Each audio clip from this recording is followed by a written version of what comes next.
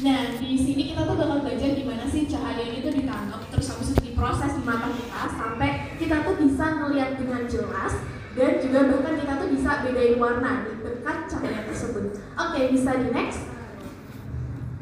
Oke, karena baru awal blog, jangan lupa diucapkan janji sucinya. Blog ini harus lebih rajin mengingat ini terakhir di semester 2. Oke, bisa di next.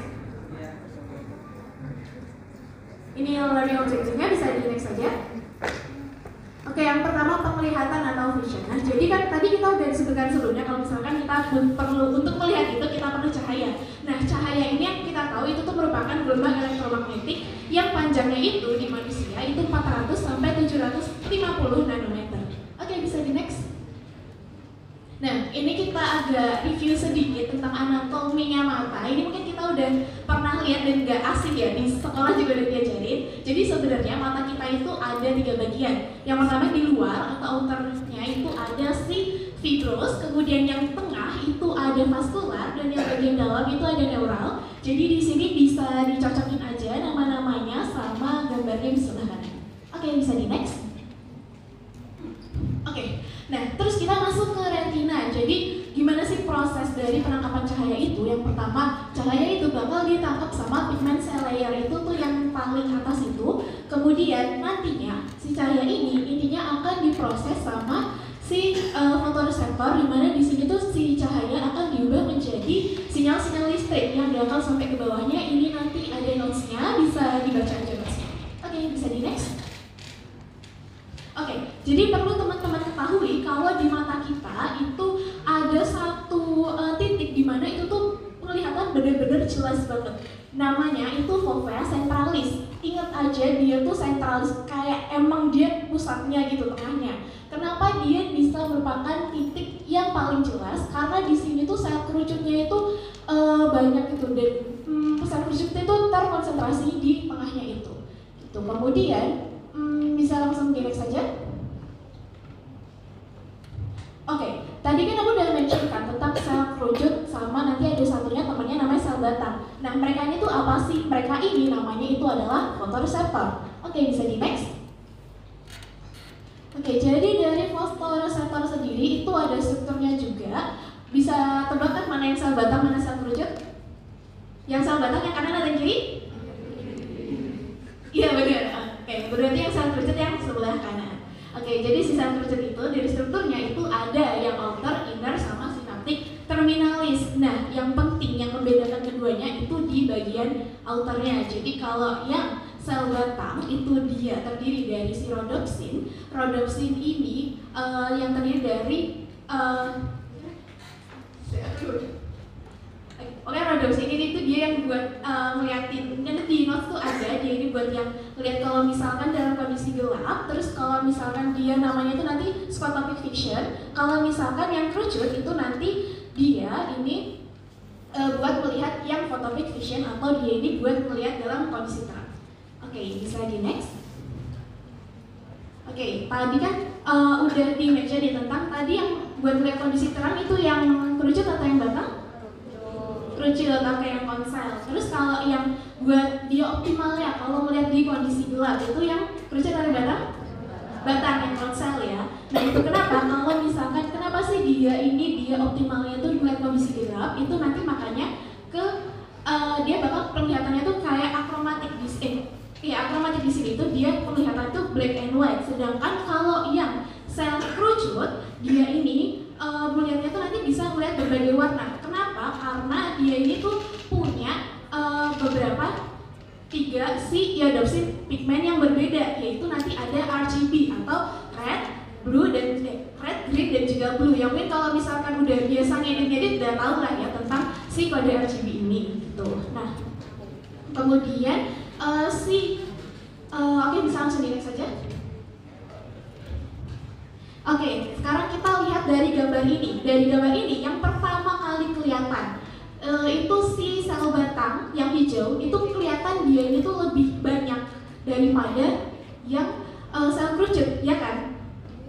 Kelihatan kan? Nah, jadi itu yang pertama. Terus yang kedua, si sel batang satu bipolar sel yang warna kuning itu dia ini tuh bersinaps atau nyambung sama sel batang tuh banyak. Sedangkan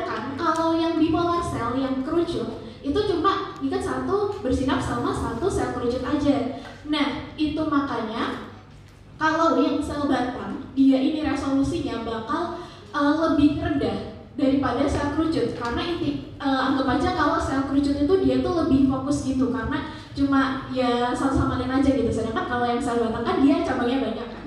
Nah, terus selain dari resolusinya, kalau yang kebalikannya yaitu si sensitivitas dari panjang gelombangnya, kalau yang sel batang dia ini tuh lebih sensitif, maksudnya kayak semua panjang gelombang tuh bisa dia terima gitu. Sedangkan kalau yang sel kerucut dia tuh cuma nerima panjang gelombang tertentu aja, yaitu red, green, dan blue tadi. Makanya dia ini tuh hasilnya ya pigmen warna gitu. Oke, bisa di next.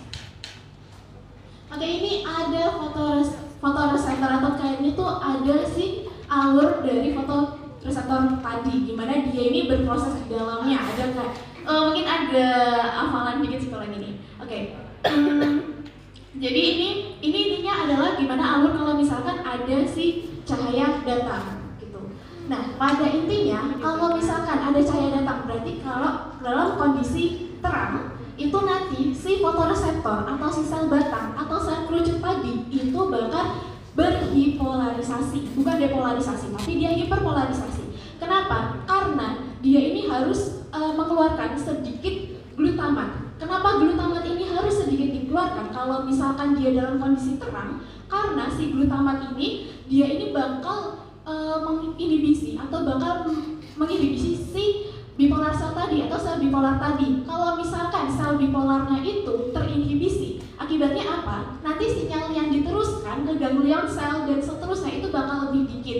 Makanya kalau misalkan dia ada cahaya dan butuh penglihatan lebih jelas, ya otomatis sel yang harus disalurkan itu kan lebih banyak. Makanya si glutamat ini harus dikurangin pengeluarannya, karena biar si bipolar selnya itu terdepolarisasi. Oke, jadi kita recap lagi dari awal. Pertama, intinya si fotoreseptor itu harus terhiperpolarisasi.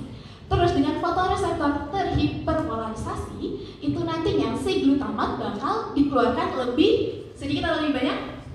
Lebih sedikit. Dengan si glutamatnya itu dia dikeluarkannya itu lebih sedikit, nanti si bipolar sel atau sel bipolarnya bakal depolarisasi atau hiperpolarisasi? Depolarisasi. Dan dengan dia depolarisasi, nantinya si selnya itu dia bakal sinyal lebih banyak ke sel ganglion.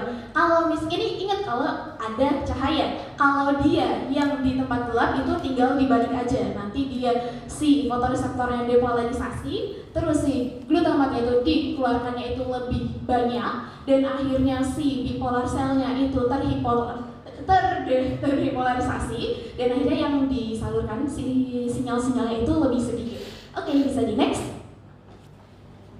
Oke, nah terus selain tadi kan ada titik yang dia ini tuh penglihatannya tuh jelas banget, itu namanya tadi apa?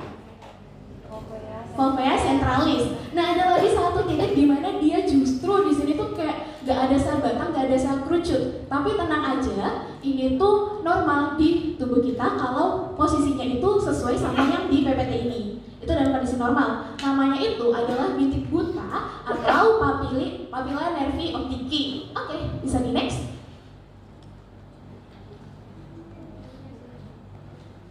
Oke, sekarang ke visual pathway ini yang terakhir, tapi ini harus diperhatiin banget karena sering keluar di soal. Oke, bisa di next.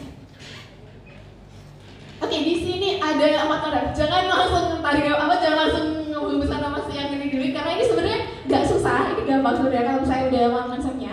Jadi pertama kita tangkap 4 konsep umumnya dulu. Yang pertama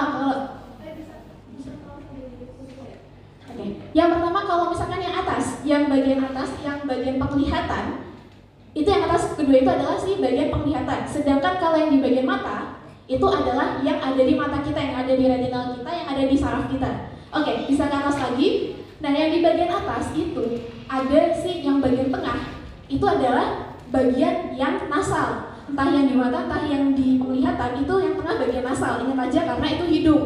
Sedangkan kalau yang di samping, yang di pinggir, itu adalah bagian temporal. Ingat aja dari os temporalis yang ada di kepala gitu. Makanya dia di pinggir. Oke, terus di sini konsep yang pertama, penglihatan yang bagian tengah, yang bagian nasal, itu tuh dia bakal ngilang gitu loh. Jadi dia ditangkapnya itu sama mata kita yang bagian temporal. Itu yang pertama.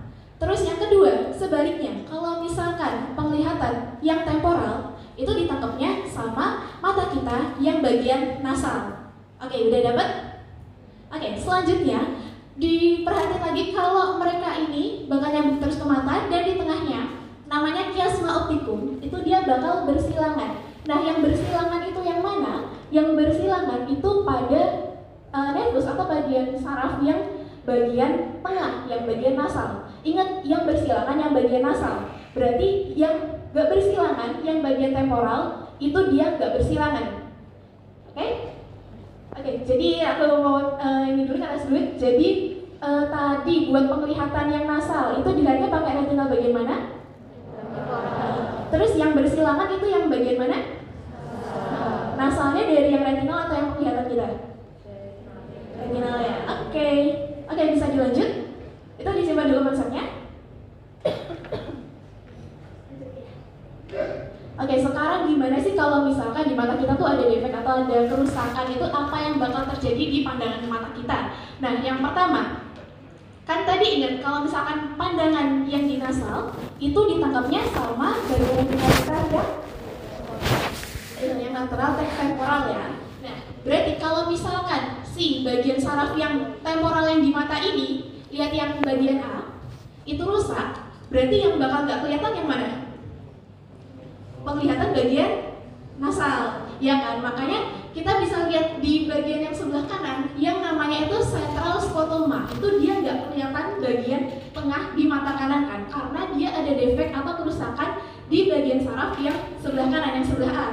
Oke, sudah dapat? Oke, selanjutnya kita gimana kalau misalkan defeknya itu full di mata kanan, jadi baik si saraf yang nasal maupun yang temporal itu dia rusak. Itu apa yang terjadi? Bisa kita lihat, kalau misalkan dia rusak kan berarti penglihatan baik nasal maupun temporal di bagian mata kanan itu nggak bakal kelihatan kan, bakal rusak kan. Dan yang terjadi itu adalah monocular vision loss yang bagian kedua ini, yang B. Itu kalau misalkan full dari nasal sama temporal dari satu mata itu rusak, nanti bakal nggak kelihatan full di satu mata. Nah, terus balik lagi tadi yang bersilangan, di mana bersilangannya? Chiasma opticum. Apa yang bersilangan? Yang bagian nasal. Nah, karena dia di bagian nasal, ingat nasal itu nanti penglihatannya ke penglihatan yang sebelah temporal. Makanya nanti dia jadi bitemporal hemianopia. Jadi yang sebelah temporal dari dua-duanya itu gak kelihatan. Gitu. Oke, terus terus nanti setelah bersilangan itu dia bakal turunkan. Udah mereka tuh kebelah jadi dua. Jadi yang sebelah kanan itu ibaratnya yang bagian D. Yang bagian D sebelah kanan itu ibaratnya kayak orang lagi ngelihat mata ke kiri gitu. Sedangkan kalau yang bagian yang bagian kanan itu kayak orang lihat mata ke kiri, terus bagian kiri itu nanti kayak orang lirik mata ke kanan. Berarti kalau misalkan yang D rusak, berarti yang nggak kelihatan itu kayak yang ini, yang baris keempat.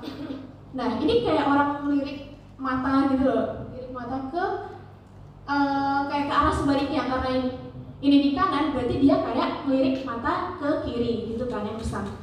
Oke, terus udah dapat? Kita lanjut lagi. Nanti yang bagian D ini ibaratnya kayak dia tuh ngebelah jadi dua, yaitu bagian yang E sama yang F. Dimana yang E kalau rusak itu dia bagian atasnya itu bakal nggak kelihatan. Tapi ingat, dia pertama dia udah kebelah jadi dua, kanan sama kiri kan yang di awal. Nah, yang di sini dia kebelah lagi dari dua, dia jadi atas sama bawah kebelah. Dimana yang bagian E itu yang atas, yang F itu yang bawah. Makanya kalau misalkan yang E rusak, itu nanti yang nggak kelihatan itu bakal kiri atas. Oke, udah dapat? Nah, terus dia kalau yang G itu maksudnya kenapa? Yang G itu maksudnya adalah kalau E sama F-nya itu sama-sama rusak.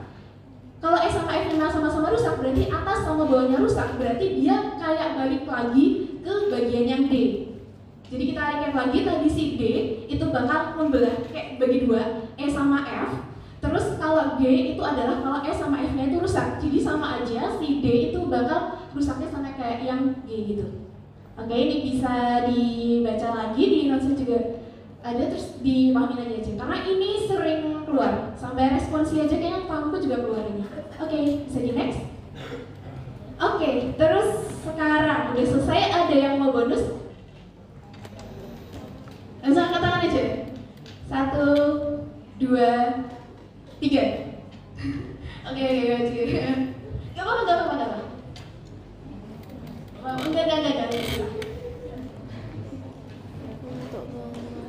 Nah, Iselda ya? Oke, Iselda, aku mau tanya dari 1 sampai 10, seberapa baik mental hari ini? Dan kenapa?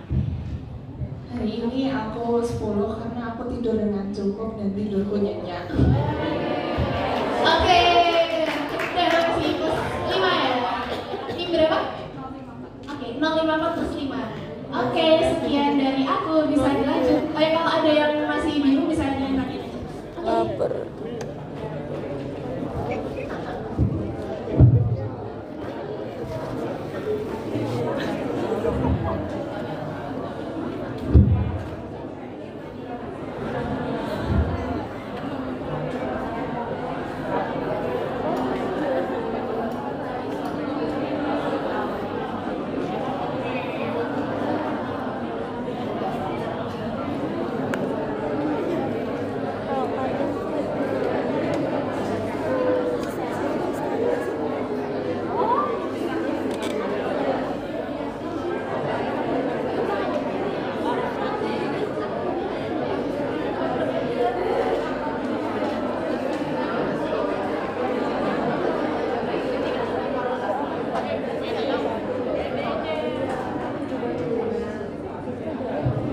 Oke, halo pagi semua. Masih pada ngantuk ya? Yaudah langsung kita mulai aja yuk. Boleh di next one. Jadi ini materinya tentang warna.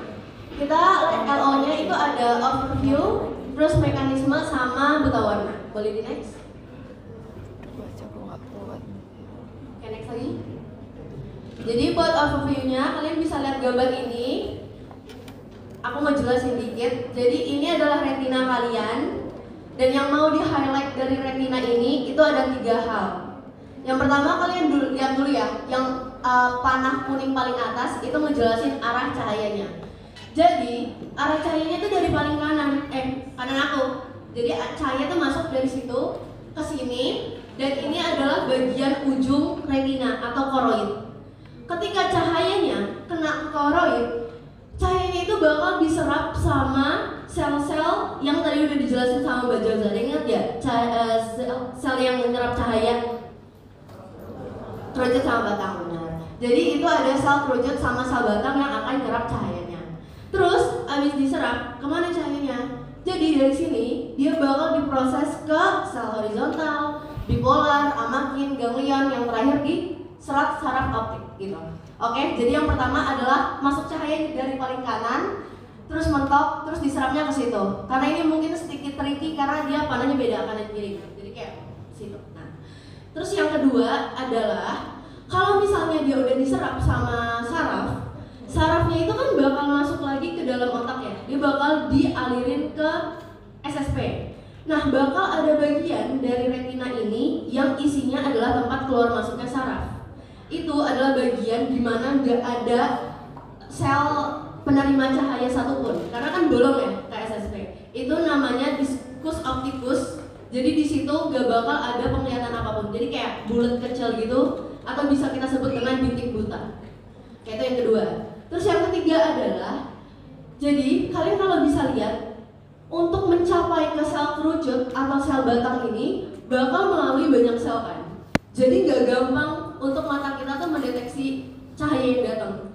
Tapi itulah fungsinya dari mata ini, itu untuk memfokuskan cahaya yang masuk. Nah, bakal ada satu tempat, itu kayak seukuran jarum pentul gitu, di mana gak ada sel-sel yang ini. Jadi cuman ada sel kerucut sama sel batang. Dan titik itu namanya fovea centralis. Jadi kalau cahayanya itu sampai ke titik fovea centralis, pandangannya itu bakal jelas banget karena nggak ada sel-sel lainnya kayak gitu. Oke, itu 3 ya. Nah 3 itu aja. Boleh di next. Oke, lanjut buat overview. Tadi udah disebutin juga sama Mbak Jauza kalau sel batang dan sel kerucut itu membutuhkan bahan kimia. Kalau sel batang itu pakainya rhodopsin, kalau sel kerucut itu pakainya pigmen kerucut atau pigmen warna. Next. Nah, kita langsung masuk ke LO kedua, itu ada mekanismenya. Next. Oke, jadi tadi Mbak Jauza juga udah bilang kalau cahaya itu adalah radiasi elektromagnetik. Jadi ada partikel-partikel energi yang dinamai foton yang berada di elektromagnetik. Apa sih Mbak elektromagnetik itu? Boleh di next. Nah, ini kalian bisa lihat ya, ini perhatiin banget karena ini teori dari sini tuh sering keluar. Jadi mata itu melihat cahaya dalam bentuk penyerapan pigmen dari elektromagnetik. Ini adalah rentang elektromagnetik yang kita bisa lihat. Itu dari 400 sampai ke 700. Kalian bisa lihat di rentang 400-an. Ini warna apa yang rentang 400-an? Biru, oke biru. Berarti nggak ada buta warna di sini ya. Terus kalau yang 700 warna apa? Merah. Oke. Kalau yang 600 warna apa? Ini. Oke, boleh di next. Nah, jadi masing-masing pigmen warna itu disebut masing-masing pigmen warna disebut pigmen pekat warna. Jadi ada yang pekat warna biru, pekat warna hijau, atau pekat warna merah. Kalau misalnya ada yang suka ngedit nih tahu nih, berarti color palette-nya RGB. Kenapa RGB? Nah, karena ini. Karena mata itu melihat warna dengan warna dasar merah, hijau, sama biru. Dan ini juga perhatiin banget ya. Kalau mata itu punya spesifitas paling tinggi di rentang-rentang tertentu. Kalau biru itu di 445, kalau hijau itu di 535, sama kalau misalnya merah itu di 570. Next. Nah, kalau misalnya warnanya kombinasi gimana, Mbak? Jadi kalau warnanya kombinasi, itu tinggal kalian kombinasiin aja. Di sini kita udah punya kombinasi tetapnya ya. Misal kayak warna orange. Nih, di warna orange itu kalau misalnya warna orange, dia kan lebih ngarahnya ke warna merah ya. Berarti, misal range merahnya itu 99 tuh, bisa dilihat di atas 99. Tapi dia juga ada warna hijaunya. Jadi hijaunya ntar 42 gitu. Sementara biru kan dia nggak kena sama sekali. Jadi buat penggabungan warna oranye itu adalah 99 banding 42 banding 0 kayak gitu. Oke, boleh next. Oh iya, aku lupa. Maaf tadi. Nah, kalau misalnya ini kan berarti ada warnanya semua. Kalau misalnya warnanya putih atau warnanya hitam, gimana tuh, Mbak? Nah, kalau misalnya warnanya putih, ini kasus khusus ya. Kalau misalnya ketiga warna ini terangsang dengan intensitas yang sama, misal warna birunya terangsang 50, warna merahnya 50, warna hijaunya 50. Nah, itu bakal menghasilkan warna putih. Sementara kalau misalnya nggak ada yang terangsang sama sekali, itu bakal ngasilin warna hitam. Oke? Jadi kayak gitu. Tergantung kalau misalnya kalian mau tahu ini warna apa, maksudnya kayak pigmen RGB-nya itu bisa dilihat pakai spektrum ini. Terus kalau misalnya putih semuanya terangsang dengan intensitas yang sama. Kalau misalnya hitam berarti tidak ada yang terangsang sama sekali. Oke, boleh next. Yang terakhir adalah buta warna. Next. Oke, jadi buta warna itu ada 3 jenis, ada trikromat, dikromat, sama monokromat. Kayak yang tadi aku udah bilang, kita itu kan ada 3 warna dasar ya, merah, hijau, sama biru. Itu kita ngikut ke teorinya yang. Terus yang kedua itu ada teori Helmholtz. Jadi teori Helmholtz ini menjelaskan bahwa setiap pigmen warna itu punya sel kerucutnya masing-masing. Jadi pigmen warna merah itu diserap oleh sel kerucut tertentu, terus hijau tertentu, sama biru tertentu, kayak gitu. Makanya kita bisa dapat kelainan kayak gini. Kalau misalnya 2 teori tadi digabung. Aku bahas satu-satu ya. Yang pertama itu ada namanya trikromat anomali.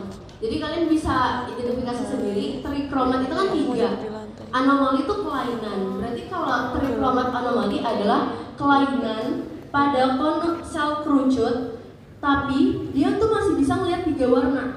Contohnya kayak yang pertama itu protanomali. Protanomali itu adalah kelainan pada sel kerucut yang pertama. Sel kerucut yang pertama warna apa? Warna merah. Jadi dia tuh nggak bisa ngelihat warna merah dengan sempurna. Tapi dia masih bisa melihat, tapi nggak sempurna kayak gitu. Sama kayak yang deuteranomali itu hijau, terus tritanomalinya itu biru. tapi mereka tuh sebenarnya masih bisa lihat tapi nggak sempurna aja. Beda sama yang dikromat. Kalau dikromat kan di dua. Kalau belakangnya itu kalian bisa lihat. Ini tuh belakangnya anopia. Anopia tuh artinya udah nggak ada atau udah nggak bisa melihat sama sekali. Jadi kalau contoh warnanya adalah protanopia, prota itu kan berarti sel kerucut yang pertama. Itu berarti rangsangan warna merah. Anopia tidak bisa melihat, berarti protanopia adalah tidak bisa melihat warna merah, kayak gitu. Terus lanjut, tritanopia itu nggak bisa lihat warna hijau, dan tritanopia itu nggak bisa lihat warna biru. Kenapa? Karena itu dia nggak punya sel kerucut yang menjelaskan warna-warna tersebut.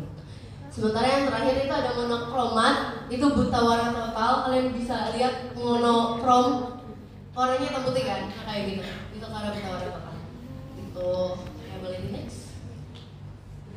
Nah, jadi gen buta warna ini itu dia link sama kromosom X. Sementara kalau kalian tahu perempuan kan kromosomnya XX.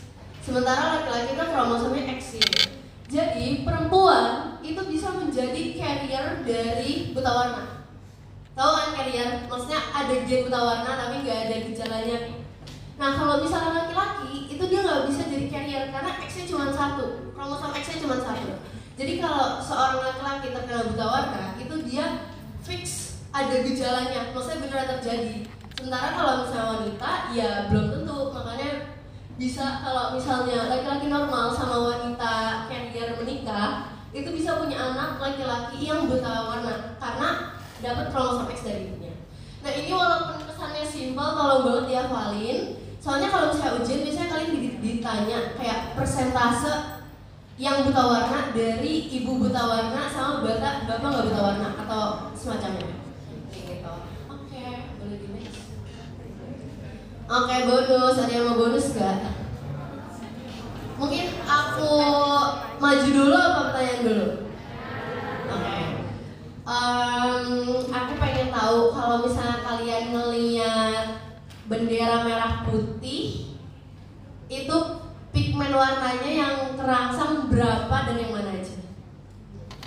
Kalau merah putih kan berarti merah sama putih.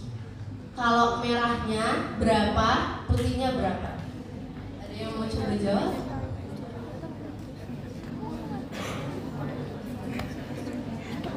Lumayan loh guys, ini plus 5. Setelah mengalami blok yang roller coaster sekali, siapa tahu bisa membantu.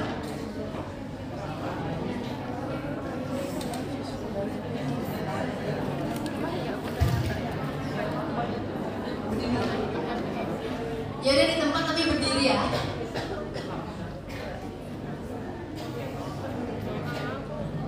Oh. Oke.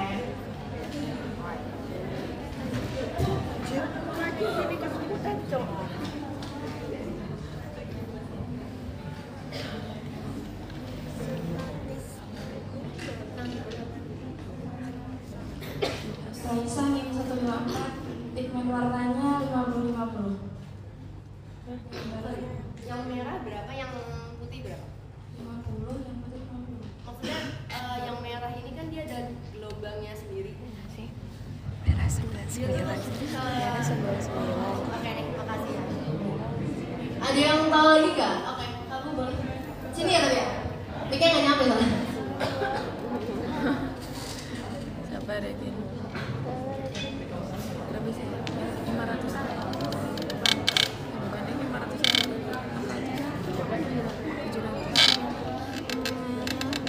700. Jadi kalau yang merah itu kan dia punya gelombangnya sendiri, jadi dia tuh sendirian. Terus kalau yang putih itu pokoknya tiga-tiganya RGB-nya itu sama. Kalau yang merah, lihat deh berapa ini.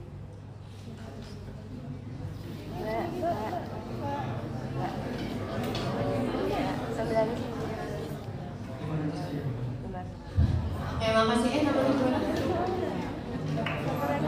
Belum, oke. Oke deh, makasih. Ada yang mau ditanyain dulu nggak? Nggak ada ya? Oke, makasih. Lanjut PPT terakhir.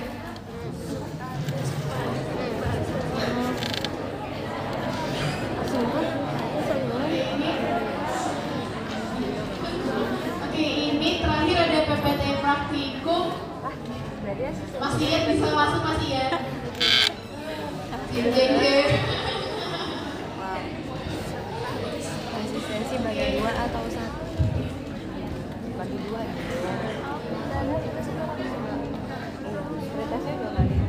Oke, selamat pagi semuanya. Oke, ini ada di PPT terakhir, PPT enggak sih? PPT ketiga, PPT praktikum. Di sini kita bakal ada 3 praktikum, yaitu pemeriksaan medan penglihatan, bintik buta, dan buta warna. Oke, medan penglihatan terlebih dahulu.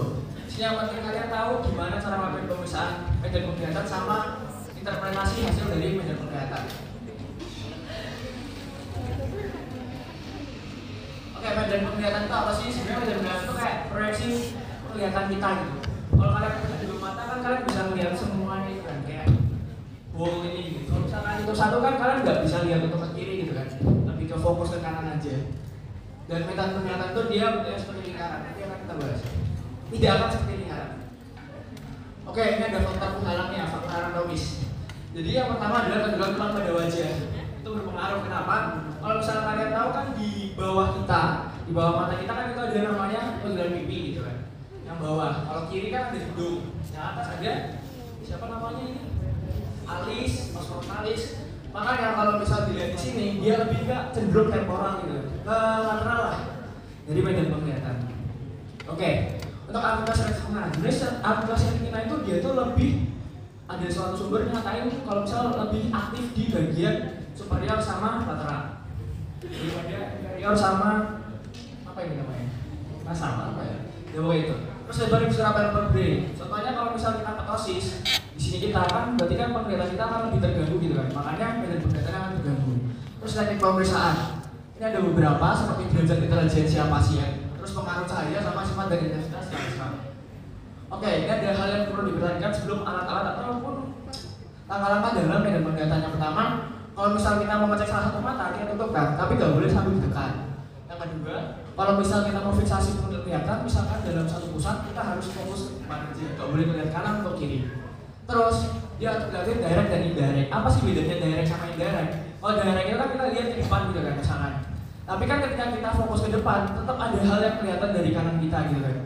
Mungkin kalian bisa coba kalau misalnya kalian mau pakai direct. Terus tangan berkepala harus digerakkan secara perlahan-lahan. Jangan cepat-cepat soalnya bikin kelelahan mata. Terus probandis hanya memberikan isyarat aja. Jadi nggak usah bilang gitu, bisa mengambil dalam pergerakan, yaitu mau tinggal tek apa-apa gitu. Ini alat dan bahannya, perimeter, ingat medan penglihatan. P, medan penglihatan, P, perimeter. Objek bendanya ada putih, merah, biru, hijau. Mungkin udah dijelasin sama mbak yang tadi terkait objek atau tangkai ini. Terus habis itu cara kerjanya. Yang penting pertama, kan ada tumpuan gitu kan. Ada tumpuan di si perimeternya. Nah makanya dagunya itu harus diletakkan di tumpuan itu. Terus mata bagian bawah itu harus fokus ke depan atau pusat dari perimeternya. Kalau misalnya satu mata ditutup, berarti kita ngecek kata kanan ya. Kalau kata kanan berarti mata kiri ditutup. Terus jangan ditekan. Terus habis itu kita harus membedakan objek benda. Objek bendanya benda putih aja nggak apa-apa karena dia lebih stabil. Atau mungkin ada yang jelasin. Terus memberikan isyarat kalau misalnya udah kelihatan. Kalau misalnya nggak kelihatan lagi berarti dikasih tanda. Pokoknya kalau perimeter itu dia ada pemutaran busur 15 derajat selama dan kelipatannya sampai mencapai 360 derajat. Mungkin kalian lebih paham kalau misalnya udah masuk praktikum. Tapi mungkin bisa diingat-ingat kalau misalnya keluar dari tes. Oke, interpretasi hasilnya bisa dibaca harus berat berapa, ini berapa, inferior berapa, lateral berapa. Normal ya. Ini glaukoma. Glaukoma itu kayak kelainan dari medan penglihatan sendiri. Biasanya terjadi kenapa? Karena ada peningkatan tekanan intraokular yang akhirnya menyebabkan kerusakan dari papilan retinopathy. Gejalanya ini ada bisa dibaca pusing visual, luar belajaran, meraba-raba, kayak kesusahan gitu loh melihat. Terus medan penglihatan glaukoma dia itu beda. Ini ada interpretasinya kalau misalnya glaukoma seperti ini. Bedain antara glaukoma yang kayak ini sama normal yang tadi ya. Ini penglihatan glaukoma, jadi kayak ngelihat teropong gitu loh. Jadi nggak full kita lihat semuanya, karena ada kelainan dari situ. Nervus opticus. Oke, ini adalah bintik buta. Glaukoma udah ya, ini bintik buta. Ini bintik buta. Jadi kita kalau misal dalam mata sehari-hari kan kita nggak bakal melihat bintik buta karena dia itu sangat kecil. Tapi sebenarnya ada dari setiap orang. Karena dalam suatu retina kita ada suatu tempat di mana dia itu nggak bisa reseptorkan dari cahaya karena ada saluran kan. Akhirnya dia adalah bintik buta. Ini alat dan bahannya. Bedain ya yang tadi bintik buta sama medan penglihatan. Kalau bintik buta kampimeter, objeknya berlangkai putih. Terus ini cara kerjanya hampir sama sebenarnya. Mungkin bedanya itu lebih ke dia langsung tanda proyeksi bintik buta, nggak ada pemutaran kayak tadi sama alatnya, karena alatnya beda ya. Interpretasi hasilnya. Nah ini penting, biasanya keluar resolusi juga. Kalian harus bisa menginterpretasi hasil dari bintik butanya. Ini angka 35 cm sama 1,5 cm, anggap aja mantap ya, masih seperti itu. Yang biasa kita cari adalah diameter papila lensa optici sumbernya. Nah kalau misal kita mau, ini anggapannya gini. Ini adalah diameter, yang AC ini diameter papila lensa optici yang proyeksi, yang kita koreksi, yang kita cek di kampimeter. Terus ada jarak antara mata kita ke kampimeter 35 cm, terus ada jarak antara papila lensa optici ke kornea. Kalau misalkan mau cara yang biasa aku lakuin, itu biasanya aku pakai cara yang AB per BD, AC per DE. Kenapa? Karena gampang. Kayak misalkan aku anggap kampimeter dan jarak dan mata kita. Jadi kalau misal jarak per jarak sama dengan di kampimeter per yang di objek kita yang mau kita cek. Jadi langsung per gitu, nanti kalian bisa bikin rumus sendiri. Bisa gitu. Mungkin kalian punya caranya masing-masing, bisa juga. Atau mungkin 35 sama 1,5 nya bisa langsung bagi ya, setelah kalian. Oke, ini interpretasi hasilnya. Skotoma itu kan tadi kan kalau misal kita kan punya bintik buta. Kalau skotoma itu hanya kayak bintik buta yang lebih dari satu, sebenarnya gitu. Makanya kadang ada namanya multiple skotoma yang lebih banyak lagi. Dia itu bukan suatu penyakit, tapi adalah suatu gejala dari suatu penyebab. Gitu. Oke. Ya, terus itu buta warna. Ini buta warna, mungkin kalian udah paham di SL ya, gak ada di SL nggak sih? Oke, berarti nggak usah lama-lama. Ini dasar teori sama kayak tadi, ada 3 reseptor. Terus jenis buta warna. Jadi buta warna itu ada 3, trikromat, dikromat, dan monokromat. Bedanya cuma kayak kalau trikromat itu lebih ke ketidakmampuan. Jadi dia itu tetap ada 3 bonus, tapi ada salah satu yang tidak kemampuan. Misalnya kayak protoanomalia merah, deuteranomalia hijau, trichoanomalia biru. Kalian mau ngapalin kayak kejadian terbaik yang kalian suka ya setelah. Terus kalau dikromat, simbolnya dia 2, berarti kan dia punya 2 bonus, satunya nggak ada gitu kan. Makanya dia kan tidak kemampuan dalam satu warna. Misalnya kayak protanopia sama kayak protano, tapi bedanya malia sama pia aja. Terus monokromat 1 yang bisa kita lihat, ya udah dia berat banget sama misalnya. Karena sama bisa dua tetap sama dua. Oke, ada bahan. Ada buku pseudo isokromatis dari Ishihara. Dari 14 gambar, angka yang berwarna-warni. Beberapa versi buku beda-beda gitu. Buku Ishihara ini cuma bisa buat warna merah hijau ya. Cek warna hijau aja. Terus ini cara kerjanya mungkin sama, yang penting kita pakai cahaya matahari. Terus kalau cahaya listrik itu ada pengaruh dan bisa mengubah warna. Terus pembacaan dilakukan jarak plus minus 75 cm, nggak boleh gerak-gerak. Terus pembacaan itu kalau misalnya kita mau ganti-ganti itu harus diacak ya, sama nggak boleh lebih lama-lama gitu. Diacak-acak itu soalnya kadang ada orang yang ngapalin dari buku Ishihara. Terus kalau misal di sini ada tambahan dari Dr. Shino, kalau misalnya buku mata itu kita bisa ngecek satu-satu gitu, kanan kiri gitu. Tapi kan kalau misalnya biasa kan langsung ya. Kita bisa cek satu-satu karena ada beberapa buta warna yang emang kalau misalnya kita tahu bilateral, dua-duanya buta warna itu karena mau ngintal biasanya. Tapi sama ada yang keadaan ketika matanya itu satu aja yang buta warna. Jadi karena ada edema retina, mungkin ada infeksi neuritis atau apa gitu. Terus analisis hasil normalnya terbaca 10 gambar atau lebih, buta warna kalau hanya kurang dari 7. Ini interpretasi hasilnya. Ya mungkin kalian udah tahu. Oke, sudah buat pemeriksaan. Oke, ada yang mau bonus kuitas nggak? Ada nggak? Mau disebut soalnya dulu apa? Oke, soalnya dulu ya.